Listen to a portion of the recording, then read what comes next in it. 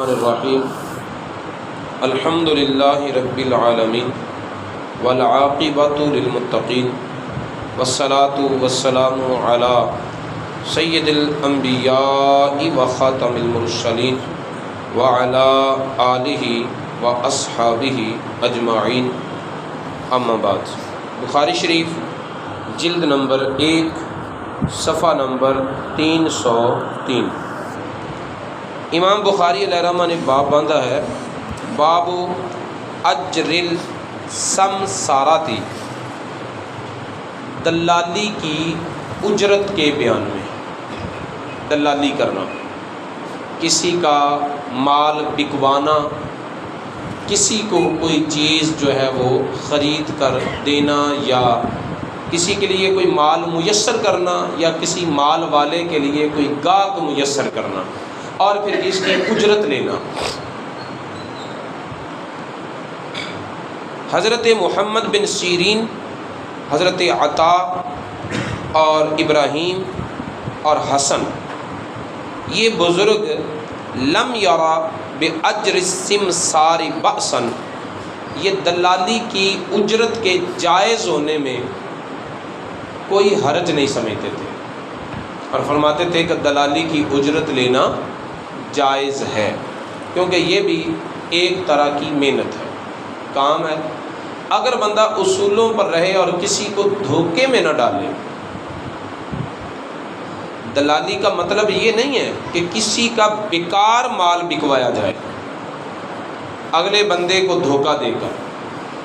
دلالی کا مطلب یہ ہے کہ کسی کا جیسا مال ہے اسی نوعیت کو بیان کر کے اس کو بکوایا جائے، اسی سے متعلقہ زیادہ قیمت پر گھٹیا مال بکانا، اور عمدہ مال کو کم قیمت میں بکوا دینا، یعنی مال والے کو، بیچنے والے کو یا خریدنے والے کو دھوکہ دینا۔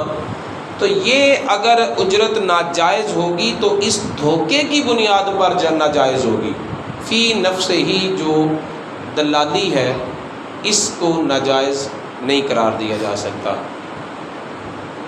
قال ابن عباس لا بأس ان یقول بع هذا الثوب فما زاد على كذا وكذا فهو لك۔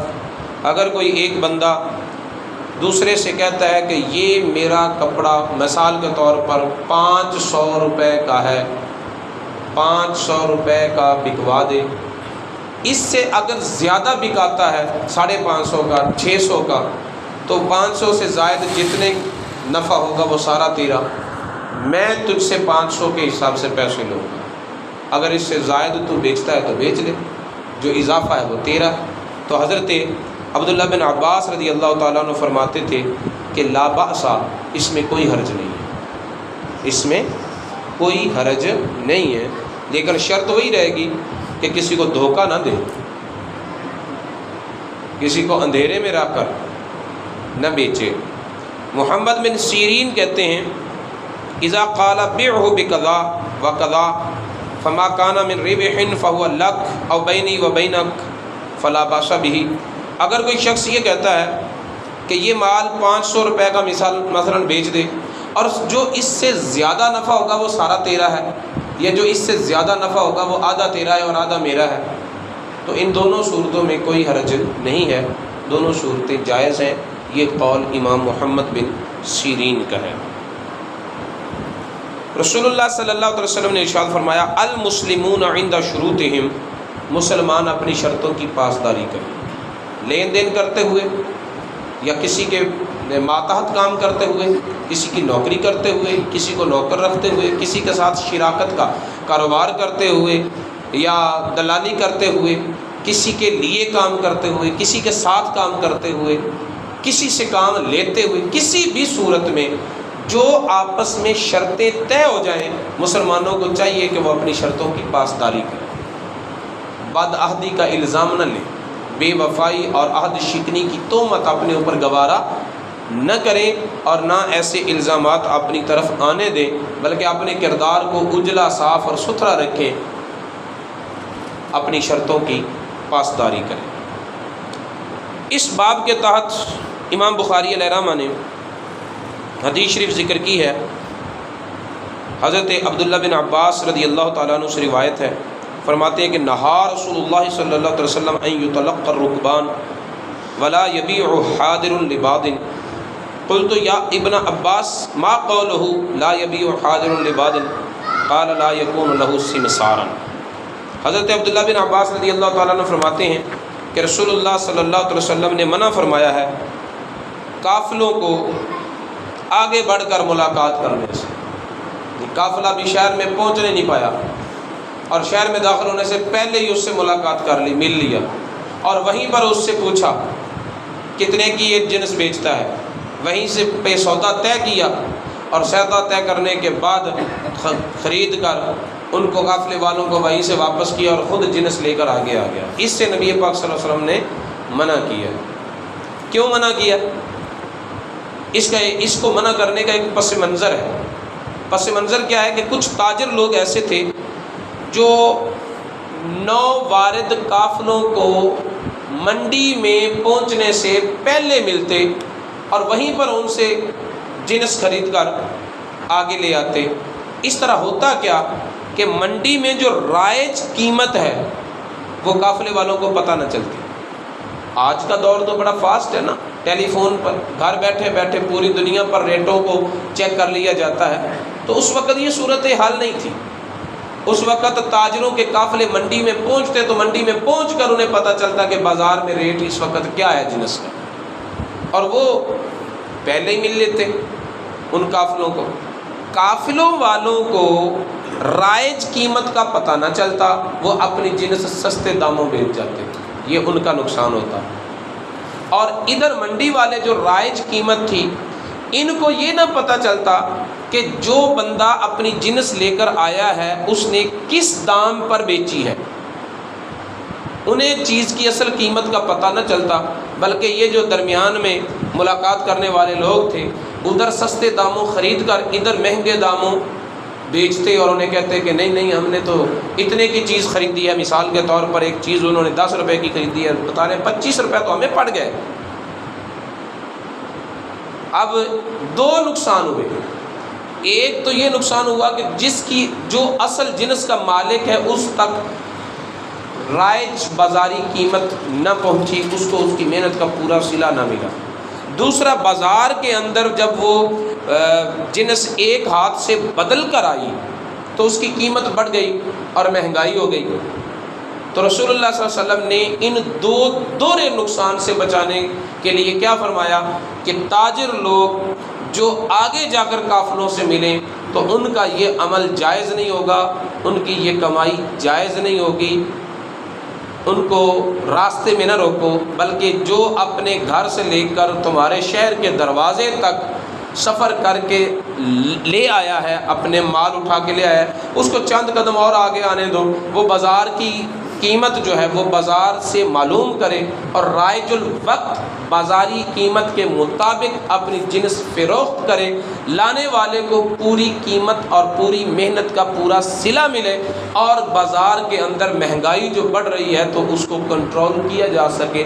عین ممکن ہے کہ یہ بازار کی رائج قیمت سے کم قیمت میں بیچ دے، اور جو مہنگائی بڑھ رہی ہے وہ سستی چیز ہو جائے، مہنگی ہونے کی بجائے سستی ہو جائے۔ چیزوں کے جو ریٹ ہیں وہ اپ ڈاؤن ہوتے رہتے ہیں۔ تو اس دورے نقصان سے بچانے کے لیے نبی پاک صلی اللہ علیہ وسلم نے فرمایا کہ کوئی آگے جا کر قافلوں سے ملاقات نہ کرے۔ پھر فرمایا کہ کوئی لا یبیع حاضر لباد، کہ جو شہری ہے وہ دیہاتی کی طرف سے بے نہ کرے، خرید و فروخت نہ کرے۔ راوی کہتے ہیں کہ یعنی ابن طاؤس اپنے والد سے روایت کرتے ہیں اور ان کے والد عبداللہ بن عباس سے روایت کرتے ہیں، تو ابن طاؤس کے والد جو طاؤس ہیں وہ کہتے ہیں کہ میں نے کہا حضرت عبداللہ بن عباس سے کہ یہ جو رسول اللہ صلی اللہ علیہ وسلم نے فرمایا ہے کہ شہری دیہاتی کی طرف سے خرید و فروخت نہ کرے، اس کا کیا مطلب ہے؟ اس کا مطلب یہ ہے کہ جو شہری بندہ ہے نا وہ دیہاتی کا دلال نہ بنے۔ شہری جو ہے وہ دیہاتی کا دلال نہ بنے۔ کیوں؟ اس لیے کہ شہری لوگ زیادہ چالاک ہوتے ہیں،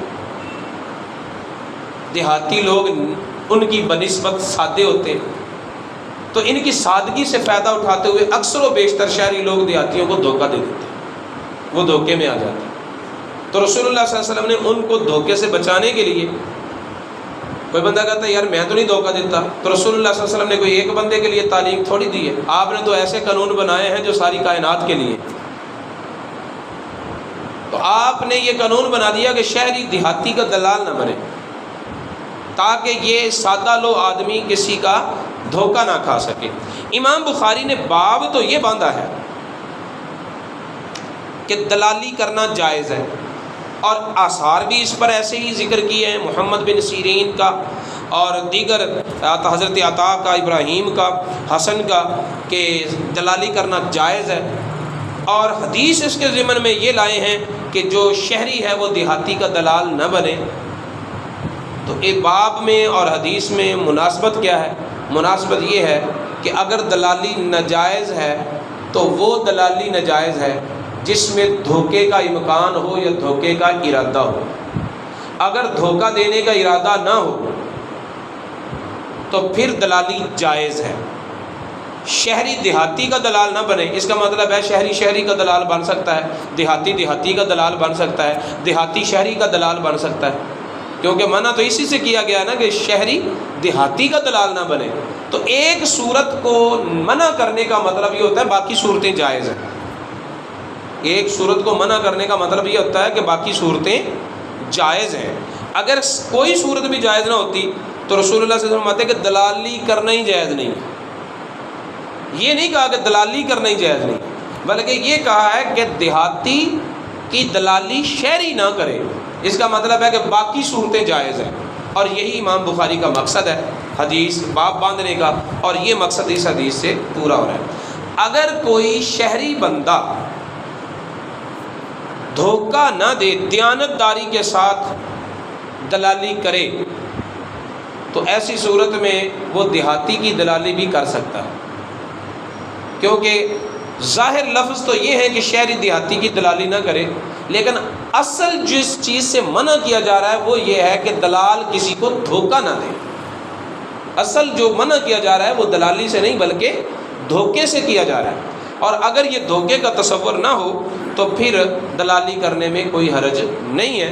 اور اگر یہ دھوکے کا تصور ہو تو پھر یہ صورت مخصوص بھی نہیں ہے کہ شہری جو ہے وہ دیہاتی کو دھوکہ نہیں دے سکتا، تو شہری شہری کو دھوکہ دے سکتا ہے، یا کوئی دیہاتی شہری کو دھوکہ دے سکتا ہے؟ دھوکہ کوئی بھی کسی کو نہیں دے سکتا۔ عام طور پر شہریوں کے ہاتھوں سے گاؤں دیہاتی لوگ دھوکہ کھا جاتے تھے، اس لیے نبی پاک صلی اللہ علیہ وسلم نے اس صورت کو اتفاقاً ذکر کر دیا، کیونکہ رائج یہ تھا کہ زیادہ تر لوگ جو ہیں وہ دیہاتی شہریوں سے دھوکہ کھاتے ہیں، اس لیے اس صورت کو ذکر کر دیا۔ مقصد یہ ہے کہ دلالی کرنا جائز ہے لیکن کسی کو دھوکہ دینا وہ جائز نہیں ہے۔ اب یہ حدیث شریف پڑھنے کے بعد اس حدیث پر ایک یہ پہلو بھی غور کرنے والا ہے کہ دلالی کرنا یا نہ کرنا کوئی دین کی بنیادی ضرورتوں میں سے ہے،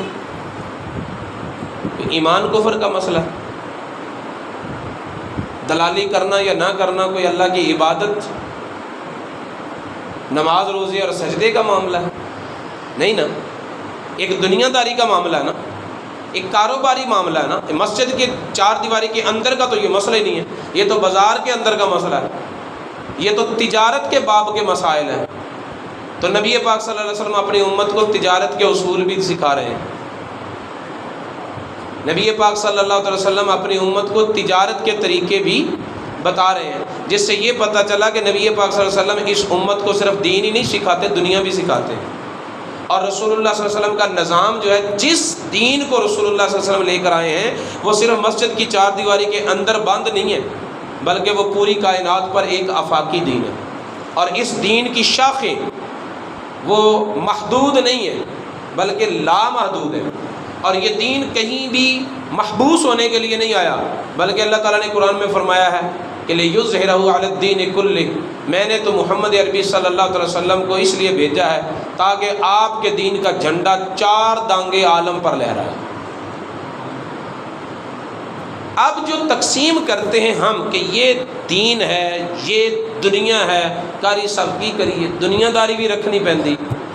اب جو دین لے کر آیا ہے اس نے تو کوئی حد نہیں لگائی، اس نے مسجد نبوی کے اندر بیٹھ کر جہاں پر صحابہ کرام کو اللہ رب العزت کی عبادت کے طریقے بتائے ہیں، وہیں پر بازار میں تجارت کرنے کے سلیقے بھی بتائے، جس سے یہ پتہ چلتا ہے کہ دین کا دائرہ، یہ حد بندی ہماری ہے کہ یہ دین ہے یہ دنیا ہے، کوئی حد بندی نہیں ہے کہ یہ دین ہے یہ دنیا ہے، بلکہ حقیقت یہی ہے کہ ایک مسلمان کی زندگی کے تمام شعبے دین سے تعلق رکھتے ہیں۔ تجارت کرنا بھی دین ہے، بازار میں آنا جانا بھی دین ہے، شادی بیاہ کرنا بھی دین ہے، ہر کام جو ہے وہ رسول اللہ صلی اللہ علیہ وسلم کی تعلیمات کے مطابق کرے دین ہے، اور جو کام ہم اپنی مرضی سے کریں اللہ اور اللہ کے رسول کے احکامات کو پس پشت ڈال کر، وہ دنیا ہے، اگرچہ وہ مسجد کے اندر نماز ہی پڑھنا کیوں نہ۔ اگر کوئی بندہ مسجد میں اگر دکھاوے کی نماز پڑھتا ہے تو وہ دین ہے، وہ دنیا ہے۔ اگر کوئی بندہ بازار دنیا میں جا کر تجارت اسلام کے اصولوں کے مطابق کرتا ہے وہ دنیا ہے، وہ دین ہے۔ لہٰذا دین اور دنیا کی وہ حدیں نہیں ہیں جو ہم نے کھینچ رکھی ہیں کہ مسجد کے اندر آئے تو دیندار ہیں، مسجد سے باہر نکلے تو دنیا دار ہیں، نہیں۔ رسول اللہ کی مرضی کے مطابق چلیں تو دیندار ہیں اگرچہ بازار دنیا میں ہو، رسول اللہ سے بے وفا ہو جائے تو دنیا دار ہیں اگرچہ ہم مسجد کے اندر کھڑے ہوں۔ دین اور دنیا کی تقسیم وہ نہیں ہے جو ہم کر رہے ہیں۔ دین اور دنیا کی تقسیم یہ ہے کہ اگر ہم اللہ اور اللہ کے رسول کے حکم کے مطابق چل رہے ہیں، شادی کرنا بھی دین ہے، بچوں کو پالنا بھی دین ہے، کمائی کرنا بھی دین ہے، کاروبار کرنا بھی دین ہے، تجارت بھی دین ہے، لینا بھی دین ہے، دینا بھی دین ہے، سب دین ہے۔ اور اگر ہم اللہ اور اللہ کے رسول کے احکامات کو کی مخالفت کر رہے ہیں تو دنیا دار ہیں اگرچہ ہم کعبے کا طواف بھی کیوں نہ کر رہے ہیں۔ حرام کام کمائی کے ساتھ بندہ حج کرنے چلا جائے تو وہ حج ہی ہوگا۔ اسی طرح اگر بندہ کوئی دھوکہ دے کر لوگوں کو لوٹ کر ہزاروں لوگوں کے حقوق اپنے ذمہ واجب کر کے اور اب کہے کہ چلو جی ایک مرتبہ عمرہ کر آتا ہوں، کعبے کو دیکھنے سے سارے گناہ معاف ہو جاتے ہیں، یہ کون سا کنسیپٹ ہے بھائی کہ سارا سال ہم لوگوں کے خون پسینے کی رشوت لیں، سود کھائیں، ہر برا کام کرتے رہیں اور بعد میں کہیں عمرہ کرنے سے سارے گناہ معاف ہو جاتے ہیں؟ اس طرح بھی ہوتا ہے۔ تو ایسے عمرے بھی دنیا داری، ایسے حج بھی دنیا داری، اور اگر ہم اللہ اور اللہ کے رسول کی تعلیمات کے مطابق چلیں تو ہمارا مال کمانا بھی دین ہوگا، ہمارا پیسہ کمانا بھی دین ہوگا۔ دین اور دنیا کی تقسیم ہوتے فرق پڑتا ہے اللہ اور اللہ کے رسول سے وفادار ہونے یا بے وفا ہونے سے۔ جیسا کہ صوفیاء کرام نے فرمایا نا کہ دنیا کیا ہے، فرمایا ہر وہ چیز جو تجھے اپنے رب سے غافل کرے وہ دنیا ہے۔ بس جو چیز تجھے اپنے رب سے غافل نہ ہونے دے وہ دین ہے، وہ دنیا نہیں ہے۔ اللہ تعالی ہمیں نبی پاک صلی اللہ علیہ وسلم کی تعلیمات کو سیکھنے اور ان پر عمل پیرا ہونے کی توفیق عطا فرمائے۔